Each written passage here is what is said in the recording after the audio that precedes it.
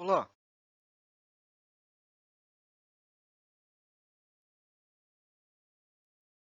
esta é a quarta aula da disciplina Introdução à Oceanografia.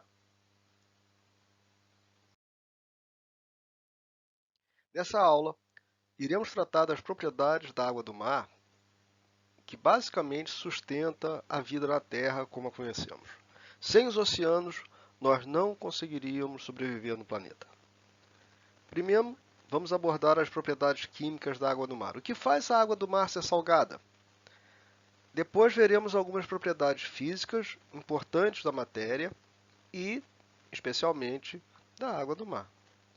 Em sequência, nas próximas apresentações, vamos descrever a estrutura física e química dos oceanos. Os oceanos estão longe de ser uma massa de água homogênea. Eles estão mais para assim como um sanduíche em camadas. Para finalizar, trataremos dos grandes ciclos do planeta, onde os oceanos desenvolvem um papel fundamental: o ciclo hidrológico e os ciclos biogeoquímicos.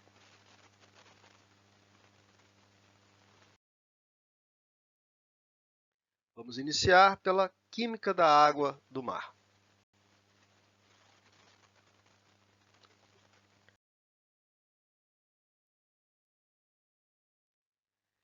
Toda matéria é constituída de tijolos denominados átomos, que na raiz da palavra do grego significa o que não pode ser dividido. Mas isso foi antes de descobrirem o mundo subatômico com os prótons, os elétrons, os nêutrons e outras partículas. O átomo é a menor unidade de uma substância que retém suas propriedades químicas. Dmitry Mendeleev, um químico russo, propôs em 1869 classificar os elementos de acordo com a estrutura de seus átomos em uma tabela. Surgia assim a tabela periódica, que é mais ou menos o que a gente conhece hoje em dia. Vários formatos foram propostos na literatura, e eu apresento um link do blog da Escola de Química da UFRJ que conta um pouco dessa história. Stewart, um professor da Universidade de Oxford, propôs um modelo que incentivasse a criatividade dos estudantes de química e que, ao mesmo tempo, fosse esteticamente atraente e, obviamente, cientificamente correto. Nascia assim a galáxia química, que no link indicado apresenta sua terceira versão. Quando diferentes átomos se ligam quimicamente uns aos outros, formam uma molécula.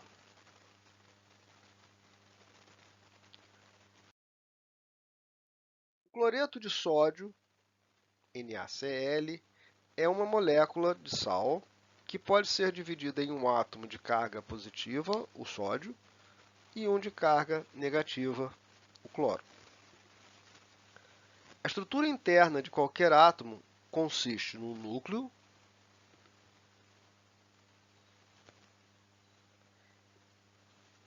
composto por partículas que contêm toda a massa do átomo, os prótons, com carga elétrica positiva, e os nêutrons, sem carga elétrica. Envolvendo este núcleo,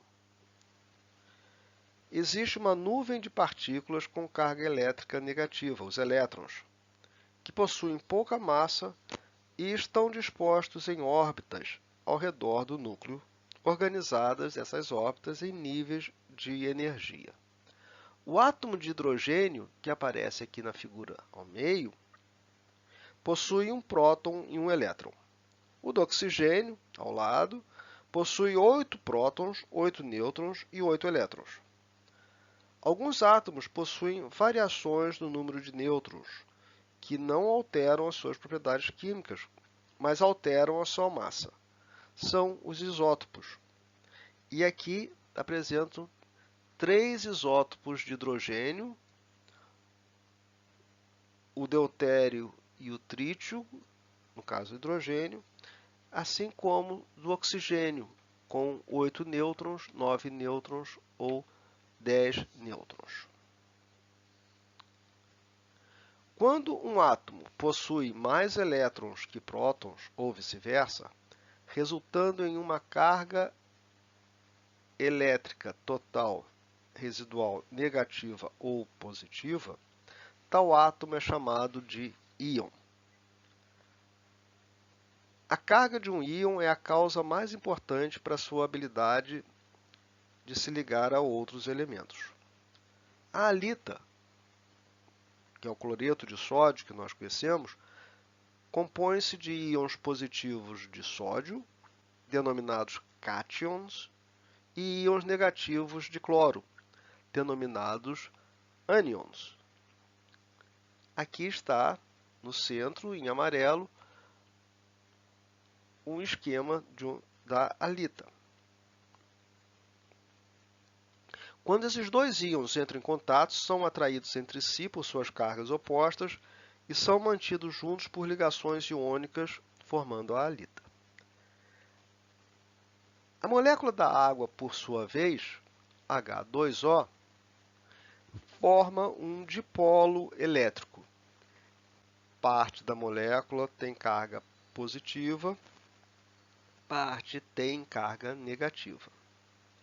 Quando cristais de halita são imersos em água, o lado da molécula de H2O carregado negativamente desaloja os cátions de sódio do cristal da halita, como aparece aqui na parte inferior, enquanto o lado positivamente carregado da molécula de H2O arranca os ânions de cloro, desfazendo a ligação entre sódio e cloro. E assim se dá o processo de dissolução, que continua até que todo o cristal de halita seja consumido ou que o volume de água esteja saturado. Vê-se então que na solução, que é a água do mar, os íons de sódio e os cloretos são cercados por moléculas de água, mostrando aqui a figura. Isso explica o alto poder de solvência da água em estado líquido, a estrutura dipolo da sua molécula.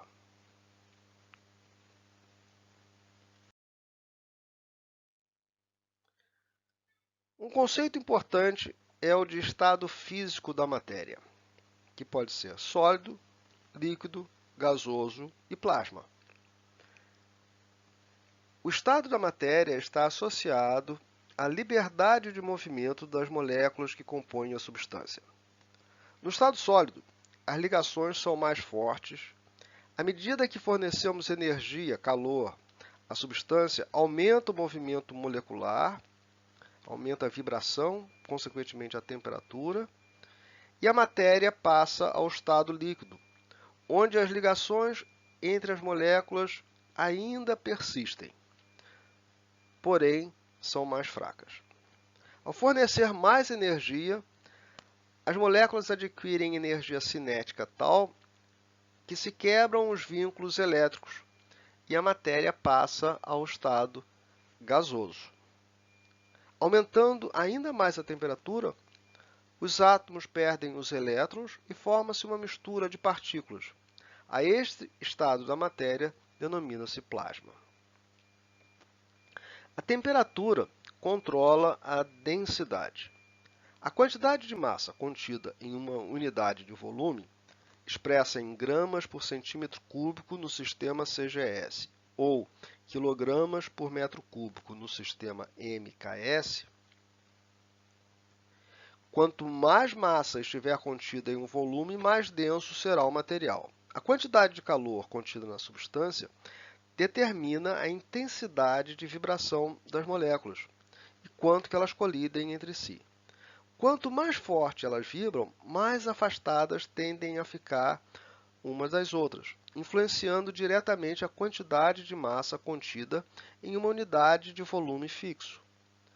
Isso significa que a água a 10 graus centígrados é mais densa que a 15 graus centígrados.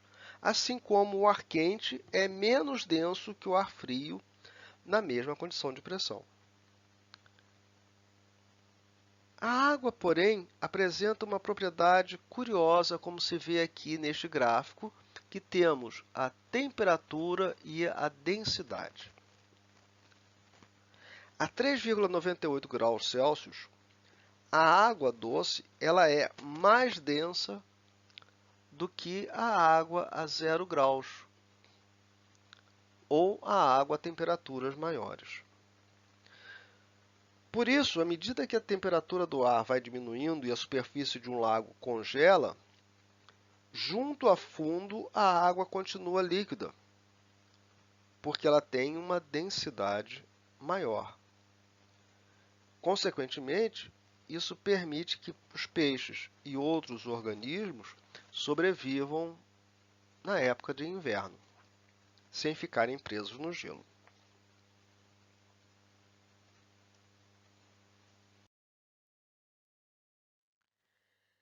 A água do mar, contudo, é uma substância composta com vários sais dissolvidos, além de sódio e do cloro, que são os elementos mais comuns.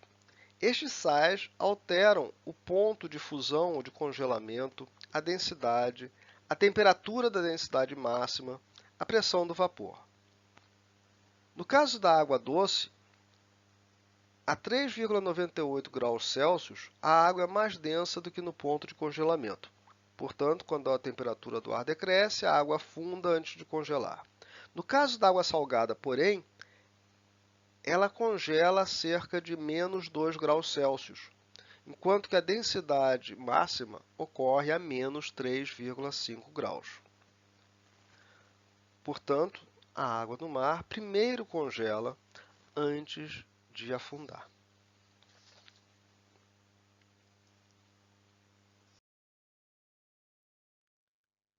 Os principais sais dissolvidos na água do mar são os cloretos, seguidos dos sulfatos, respectivamente são os ânions Cl e SO4 2-, e os cátions de sódio, magnésio, cálcio e potássio, que compõem praticamente 99% dos sais em peso. Portanto, é preciso ter um conceito muito preciso para definir e quantificar a salinidade da água do mar. Robert Boyle, que viveu entre 1627 e 1691, um filósofo e cientista natural e fundador da Sociedade Real de Londres, Royal Society of London, que é uma das entidades científicas de maior prestígio, foi o primeiro a escrever um artigo técnico sobre a salinidade da água do mar. Mas afinal, o que é a salinidade? Durante a viagem do Challenger, que vocês já viram, coletaram-se amostras da água do mar em diversas localidades.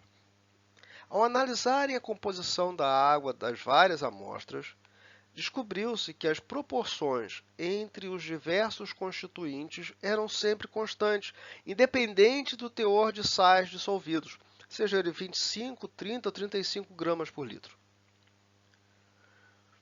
Isto ficou conhecido como o princípio das proporções constantes. Portanto, bastava medir o teor de apenas um íon, nesse caso escolhido foi o cloreto, por ser o mais abundante, para caracterizar a salinidade.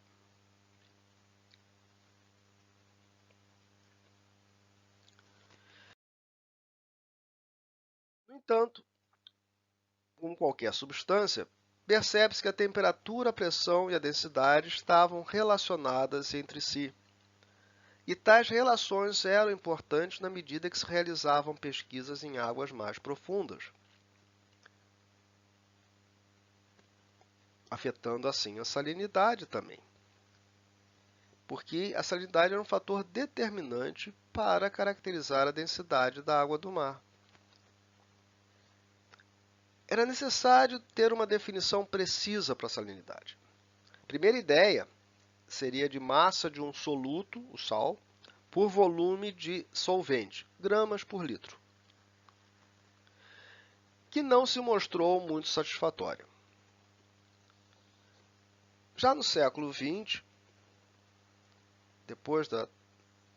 mais para o final do século XX, passou-se a medir a condutividade elétrica como característica da salinidade, mas isso também apresentava problemas. Finalmente, sob a supervisão de organismos internacionais de pesos e medidas, houve a convenção e estabeleceu-se um padrão de salinidade, que é a razão entre a condutividade elétrica da amostra a 15 graus Celsius de pressão de uma atmosfera e a condutividade de uma solução de cloreto de potássio com 32,4356 gramas deste sal por quilo de solução. Comparando as duas condutividades elétricas, obtém-se a salinidade de uma amostra. Por ser uma razão entre salinidades, este padrão passa a ser adimensional.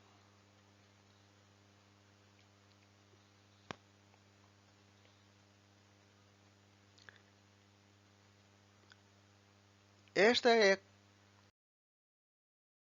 conhecida como a Escala Prática de Salinidade, PSS 78, reconhecida pela IAPSO, International Association for Physical Sciences of the Ocean, e pela IOC, Intergovernmental Oceanographic Commission, órgão da Unesco.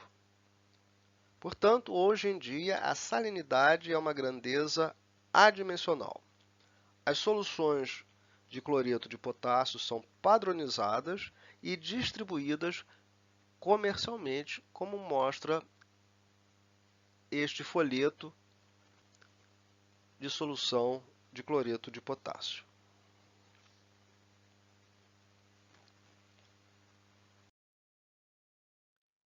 A retirada do cloreto de sódio do mar constitui importante atividade econômica há muitos séculos, tanto que a palavra salário é derivada de sal, que era a moeda de pagamento das legiões romanas. O Mar Morto, que mostra na figura central, é um exemplo de um corpo d'água onde cristais de sal formam-se naturalmente em suas margens. Mas há vários outros exemplos na América do Norte, por exemplo, onde está a cidade de Salt Lake City. Na América do Sul, os salários dos Andes bolivianos e chilenos. E na Ásia, no altiplano tibetano. No Brasil, na costa do Rio Grande do Norte, instalaram-se várias salinas devido à alta taxa de evaporação e baixa precipitação, o que favorecia a produção de sal, onde a água era colocada nessas piscinas, nesses tanques, evaporando, passando para outro, evaporando, passando para outro, até que no final este sal que era produzido era transportado para balsas. Em Mossoró foi então construído o Porto Ilha para a exportação do sal. O sal é transportado em balsas das salinas do continente, às margens do rio, até o Porto Ilha, em águas naturais mais profundas, onde não existe necessidade de dragagem, e os navios podem receber a carga de sal e transportar para outros portos no Brasil.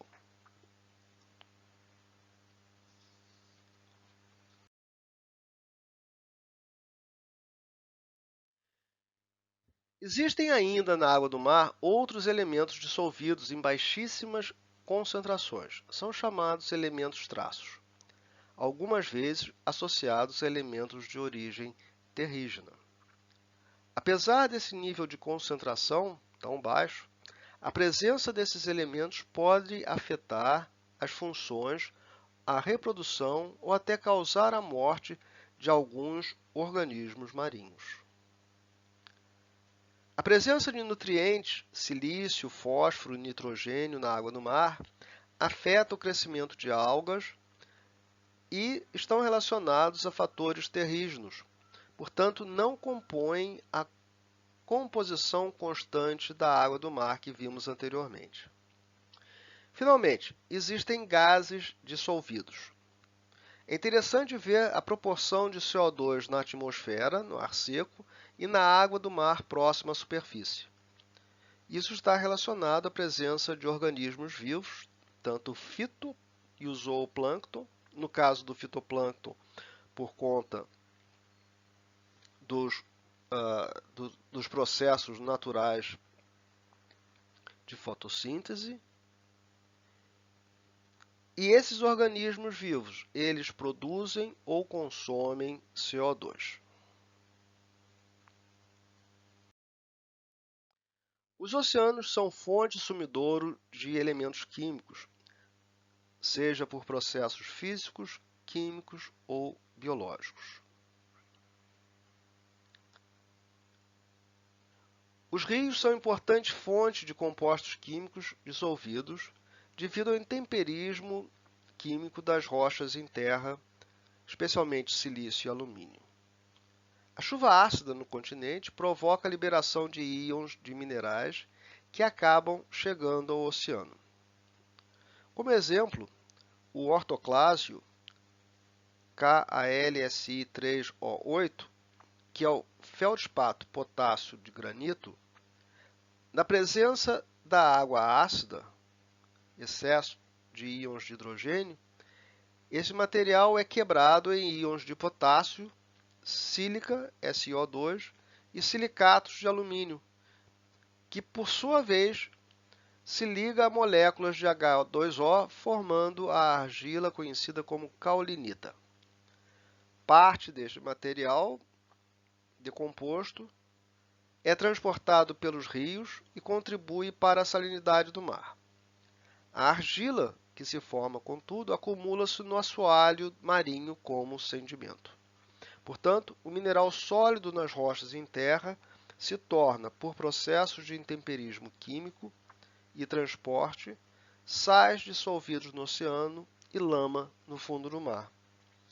Nesta tabela, vocês podem também identificar que a fonte dos cloretos são vulcões, enquanto a deposição de sal na forma de evaporitos retira sal dos oceanos. Nessa tabela também, vocês veem que o sódio interage com o basalto. Nesse caso é um sumidouro. Basalto que é expelido por vulcões submarinos e ao longo das falhas de afastamento das placas tectônicas, como as cadeias meso-oceânicas.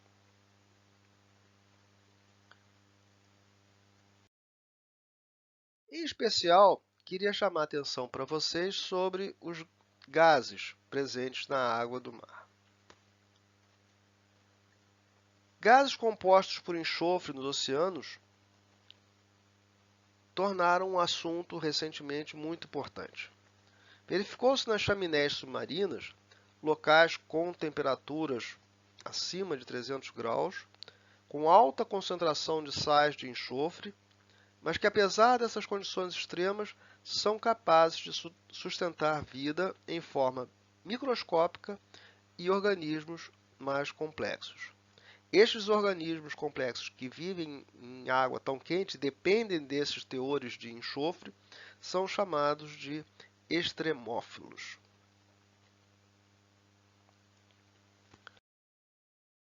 Outra fonte de enxofre é o subproduto da ação de bactérias sobre material orgânico depositado no fundo do oceano em ambientes sem oxigênio.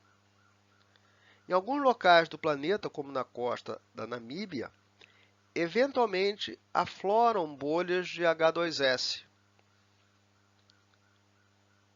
E isto influi na produtividade biológica daquelas águas e também na vizinhança continental.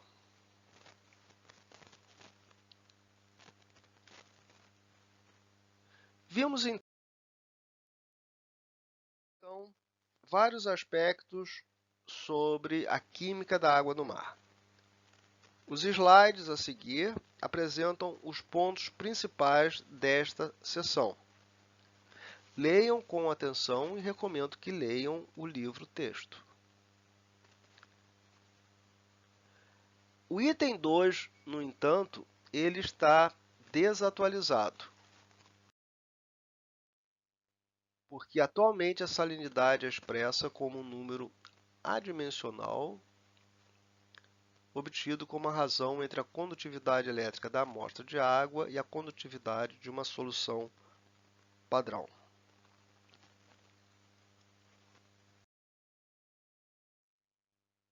Percebam que a densidade da água do mar depende da temperatura e da salinidade.